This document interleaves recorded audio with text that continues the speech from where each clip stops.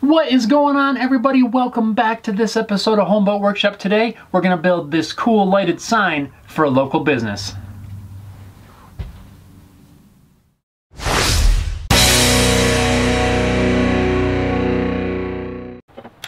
began this project by just tearing down a whole bunch of pallets. I had access to as many as I needed. This just took a little bit of time, trying to get these apart without busting up the boards too badly.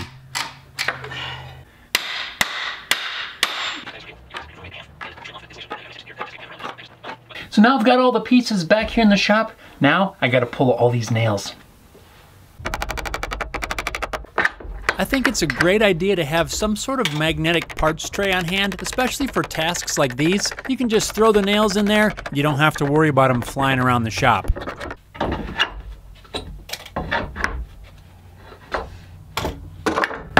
The last board. Now I'm gonna run these pieces through the planer. I'm only going to plane them on one side, and that's really just to make sure that they're all at roughly the same thickness. This will make it a lot easier when I go to glue it up.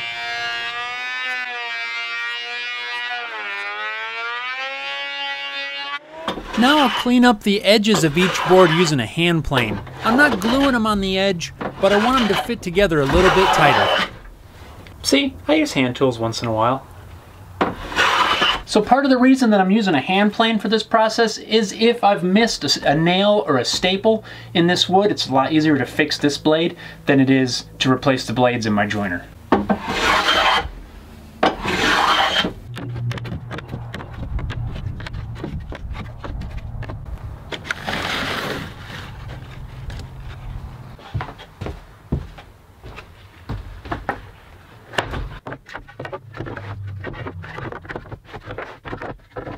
It's time to glue this thing up. Not going to do anything fancy, just some glue on the back, and I'll hold it together with some pin nails.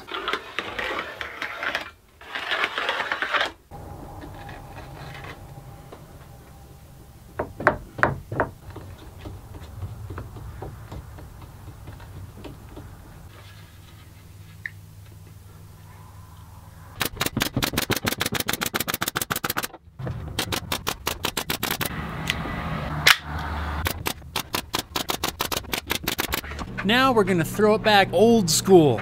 I'm going to use an overhead projector to project the image onto this sign, and I'll just trace it out using a pencil. Now, when was the last time you actually saw an overhead projector?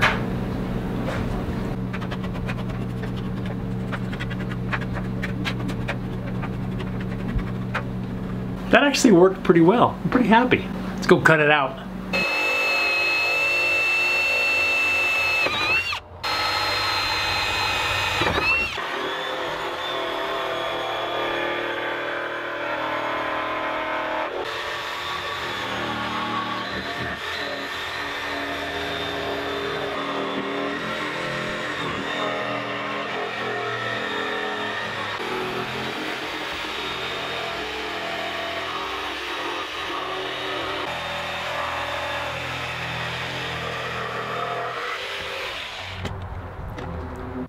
Now, using a nice sharp chisel, I'm going to do some hand carving on part of the design elements in this sign. I was going to try doing this freehand with a router, but I didn't want to risk ruining the sign with one grab of the router bit.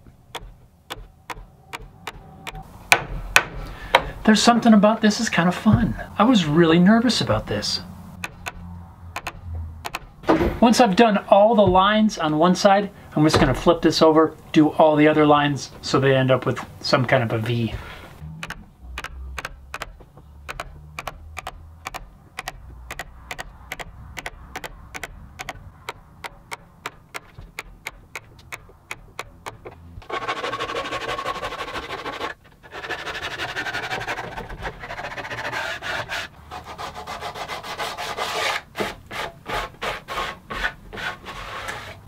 That'll work. Now for the fun part. In order to make that outline stand out a little more, I'm going to fill the grooves in with some black acrylic paint. Now I'll sand the top back a bit. This will clean up the edges that I just painted and remove any splinters from the rest of it.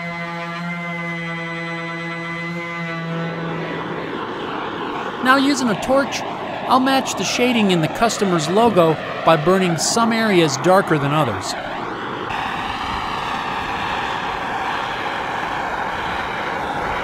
If you guys are interested in learning more about DTY, they are a local Colorado Springs-based online retailer that sells at-home products and home furnishings. They've also given us a coupon code to share with you. Links to their website as well as that coupon code are listed in the video description.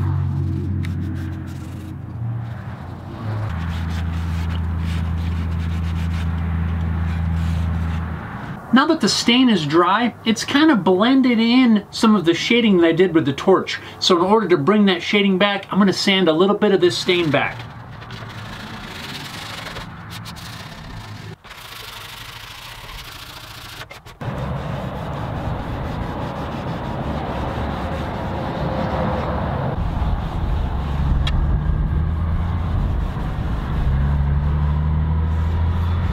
So now the Danish oil and the stain have dried, and it's time to get some lights attached to the back of this thing to make it light up and look pretty cool. So what I have here is a strip of LED lights. It comes with a remote control and a power supply. Pretty standard for most of these kind of LED light kits, but it's really neat because you can get all kinds of color combinations and even some pretty cool patterns and stuff with these. When it comes to using these things for a project, pretty much the sky's the limit. They're adhesive backed, color changing, you can do a ton of stuff and really are fun to work with. I need to find a spot for this receiver so that it works from the front. Now right here there's a couple of nail holes from this pallet wood. I think that if I drill a recess right here, I can get this receiver to work through those nail holes.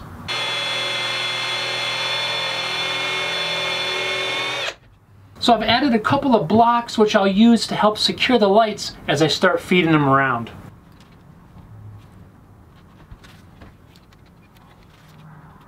There's really no science to this part, at least not for me.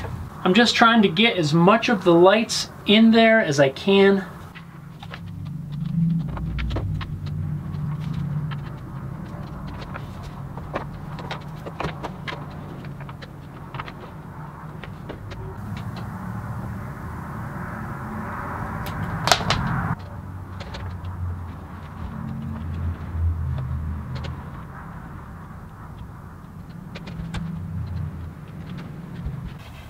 Now I'm just going to install this back, which I've painted black on the inside. It's just a piece of plywood. I'm just going to screw it onto the back.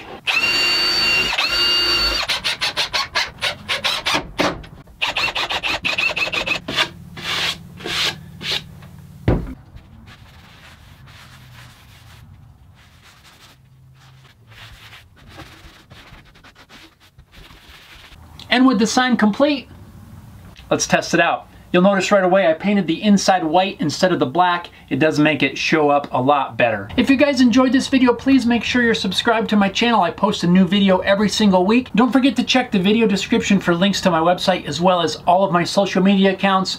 Thank you guys so much for watching this episode of Home Built Workshop, where handmade is always better than store-bought.